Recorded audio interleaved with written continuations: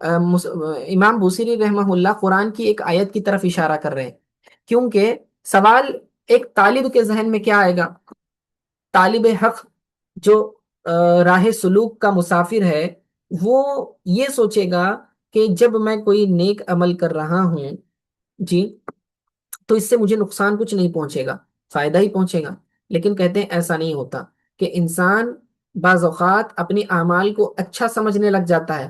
جب خود کو اچھا سمجھنے لگتا ہے، نیک سمجھنے لگتا ہے، تو خود پسندی آ جاتی ہے، اور خود پسندی بھی ایک گناہ ہے، جی، ایک گناہ ہے خود پسندی۔ اعمال اس کو اچھے لگنے لگ جاتے ہیں، وہ سمجھتا ہے کہ دیکھو میں کتنے اچھے بڑے بڑے کام کر رہا ہوں، اپنے آپ کو نیک سمجھنے لگ جاتا ہے۔ اللہ تعالیٰ نے فرمایا، اور بعض اوقات یہ ایک خود پسندی کا ایک خطرہ تو ہے، دوسرا خطرہ یہ ہے کہ بعض اوقات اس کی عقل نہیں چلتی، وہ کسی عمل کو اچھا سمجھ رہا ہوتا ہے لیکن وہ برا ہوتا ہے، کیونکہ وہ عقل کا کام لے رہا ہوتا ہے، وہ عقل سے سوچ رہا ہے۔ حالانکہ کوئی عمل اچھا ہونے یا برا ہونے میں شریعت کو معیار بنانا چاہیے، اسے یہ دیکھنا چاہیے کیا شریعت اس کو اچھا کہہ رہی ہے۔